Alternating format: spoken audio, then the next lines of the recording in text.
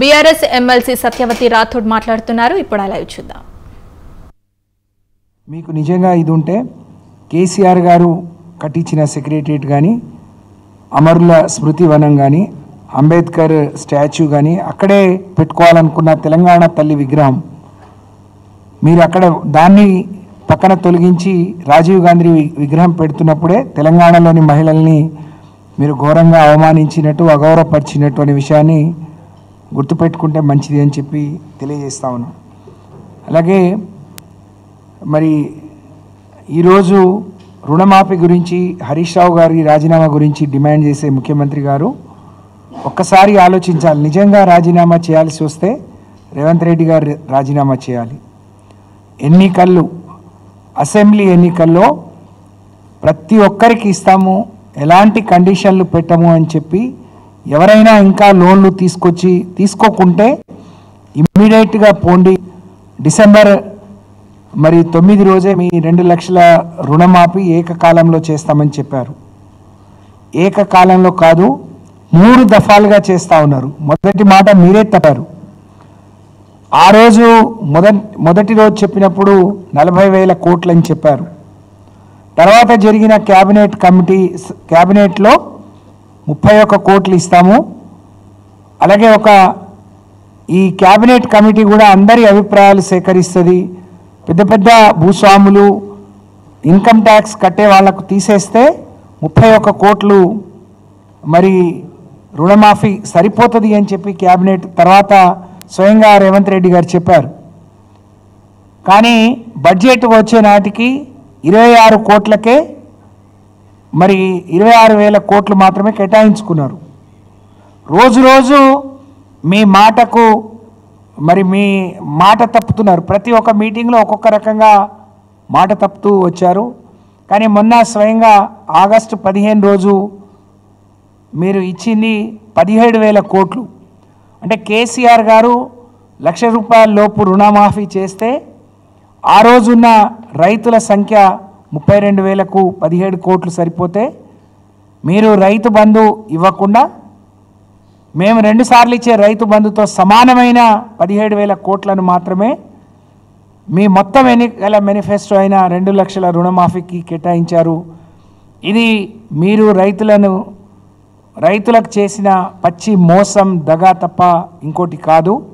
మాట తప్పింది మీరు, రేవంత్ రెడ్డి గారు, కాంగ్రెస్ ప్రభుత్వం అనే విషయాన్ని రాష్ట్ర రైతాంగం గుర్తించింది. కాంగ్రెస్ పార్టీ కూడా గుర్తిస్తే మంచిదనే విషయాన్ని ఈ సందర్భంగా తెలియజేస్తూ ఉన్నాం. ఆ రోజు ఎస్ఎల్బీసీలో బ్యాంక్ లెక్కల ప్రకారం 49,000 కోట్లు సరిపోతాయన్నారు. ఏ లెక్క, ఏ విషయాన్ని మీరు పరిగణలోకి తీసుకున్నారు? ఎందుకు ఇంతమంది కోత పెట్టారు? ఎందుకు ఇంతమంది రైతులకు? అంటే 44% మాత్రమే రుణమాఫీ చేశారు, 56% ఎగ్గొట్టారు. రైతులకు రైతు బంధు ఇవ్వకుండా, రైతు బీమా ఇవ్వకుండా రుణమాఫీ తగ్గించుకుంటూ తీరని ద్రోహం, అన్యాయం చేశారు అనేక కొరీలు పెట్టి అని చెప్పి ఈ సందర్భంగా తెలియజేస్తూ పైపెచ్చు హరీష్ రావు గారిని రిజైన్ చేయమని చెప్తున్నారు. మీకు హరీష్ రావు గారిని రాజీనామా అడిగే నైతిక హక్కు మీకు లేదు అని చెప్పి ఈ సందర్భంగా తెలియజేస్తా ఉన్నాను.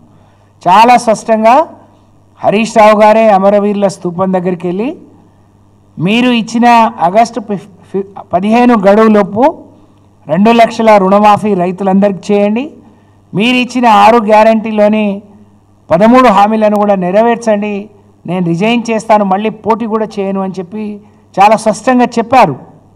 కానీ అది పక్కన పెట్టేసి తూతూ మంత్రంగా మీరు రుణమాఫీ చేసి సగం కంటే ఎక్కువ మందికి ద్రోహం చేసి, అన్యాయం చేసి రేవంత్ రెడ్డి గారు ఈరోజు హరీష్ రావు గారు రాజీనామా చేయలేదని వారి మీద దాడి చేయడం నిజంగా సిగ్గుచేటు. ఇది శోచనీయం. తెలంగాణ వచ్చే ముందు కూడా ఇదే రేవంత్ రెడ్డి గారి టీం కానీ కాంగ్రెస్ పార్టీ వాళ్ళు కొంతమంది తెలంగాణ వస్తే, తెలంగాణ ఇస్తే తెలంగాణ అంధాకారమైపోతుందని, తెలంగాణలో నివసించే తెలంగాణేతరులు ఆంధ్ర ప్రజలు కానీ ఇతర రాష్ట్రాల వాళ్లకు అన్యాయం జరుగుతుందని చెప్పిండ్రు. కానీ గడిచిన 10 ఏళ్ళు కేసీఆర్ గారి పరిపాలన తెలంగాణలో నివసించే వాళ్లకు, తెలంగాణ ప్రజలకు ఒక రక్షణ కవచంగా పనిచేసింది. కానీ మీరేం చేస్తున్నారు? ఒకవైపు ఈ రాష్ట్రానికి రావాల్సిన ఏ ప్రాజెక్టులు రాకుండా అప్పుల పాలైందని, రాష్ట్రం దివాళా తీసిందని, ప్రభుత్వం ఒక ఎయిడ్ పేషెంట్ లాగా, క్యాన్సర్ పేషెంట్ లాగా ఆర్థిక పరిస్థితి ఉంది అని చెప్పి ఇవాళ వచ్చిన పరిశ్రమలు కూడా తరలిపోయే ప్రయత్నం చేస్తున్నారు. ఇంకోవైపు భౌతిక దాడులు కూడా చేస్తూ ఉన్నారు. రేవంత్ రెడ్డి గారి మరి నిన్న జరిగిన హరీష్ రావు గారి కార్యాలయం మీద దాడి దీనికి ఒక ఉదాహరణ, నిదర్శనం అని చెప్పి ఈ సందర్భంగా తెలియజేస్తూ, మేమే నిజంగా కేసీఆర్ గారే అలాంటి దాడులు, అలాంటి భౌతిక దాడులు కానీ అలాంటి ఇబ్బందులు పెట్టి ఉంటే తెలంగాణ 10 ఏళ్లలో ఇంత సుభిక్షంగా ఉండేదా? రాష్ట్రం 29 రాష్ట్రాల్లో అగ్రగామిగా నిలిచేదా? అన్ని రంగాల్లో